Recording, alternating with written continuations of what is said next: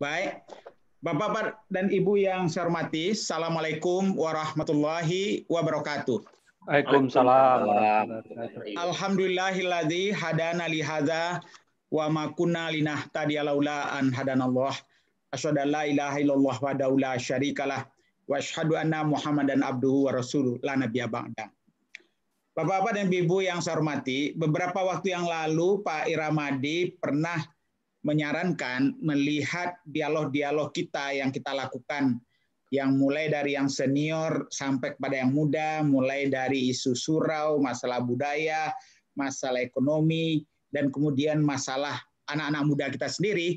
Terlihat timbul pertanyaan waktu itu, kenapa kok tidak terlalu banyak anak-anak muda kita yang mau berkecimpung penuh sebagai full time, sebagai politisi.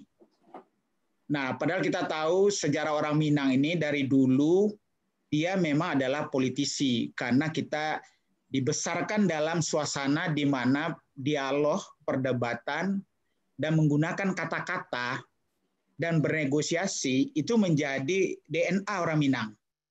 Karena itu kita selalu menjaga raso dan pareso. Jadi berarti kita selalu memperhatikan apa yang kita rasakan dan orang lain kita periksa. Kita lihat dari secara logika bagaimana, tapi juga secara emosional, psikologis gimana. Kita juga selalu melihat alua dan patui, jadi apakah bisa saja itu kebenaran, tapi mungkin kepatutannya enggak, atau kepatutan tapi kebenaran tidak. Jadi alua dan patui ini memang kita jaga benar.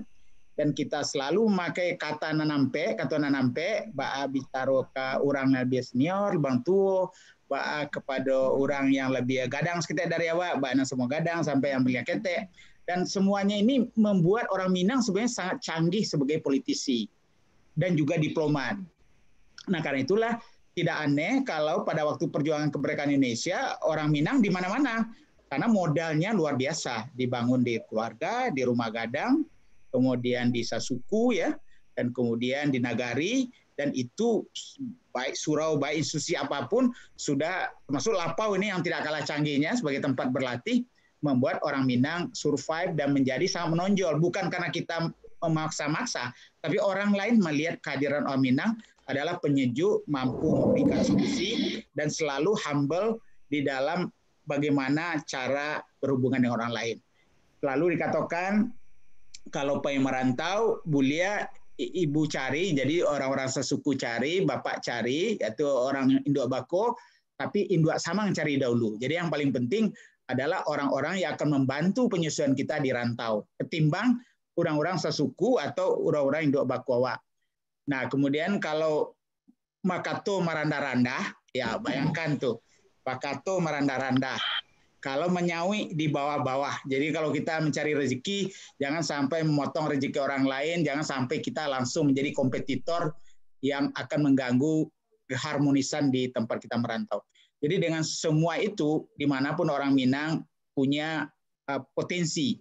Nah, itu ditunjukkan oleh sejarah masa lalu dan juga masa sekarang masih cukup banyak senior-senior kita. Pak Emil masih, walaupun dia tidak bermain di politik langsung, tapi di politik moral, high politics, beliau tetap jadi rujukan.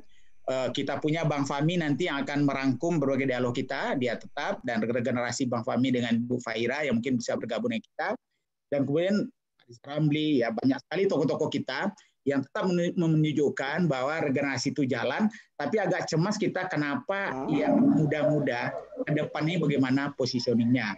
Nah, kita berharap Pak Iramadi dan Pak Burwalis dan teman-teman Pak Abri sudah bertekad untuk menangkap ide-ide besar pada forum ini, kemudian diterjemahkan ke dalam sebuah kurikulum.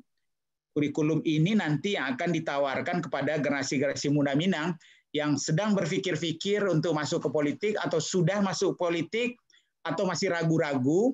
Nah, nanti kita coba berdialog dengan mereka dan tentu kita harapkan para tokoh-tokoh ini akan jadi narasumber sehingga dalam satu seri pelatihan-pelatihan itu bisa kita dapatkan bagaimana anak-anak muda Minang melihat bahwa politik itu netral dan pemihakan itu bisa juga membantu kita di dalam membumikan ABS-SBK dimanapun partai tempat dia berjuang.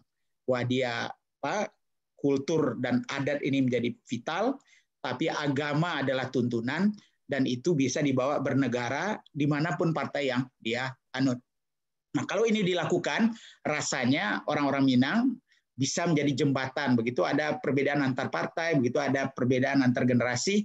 Nah, orang-orang Minang dimanapun bisa membantu. Saya pernah menghitung-hitung, pernah satu kali itu Pak Emil, kita hampir punya 100 orang anggota DPR yang orang Minang 14, tambah yang orang Minang dari berbagai daerah, dan yang ada hubungan-hubungannya, apa kakeknya nanti, apa ipar, segala macam.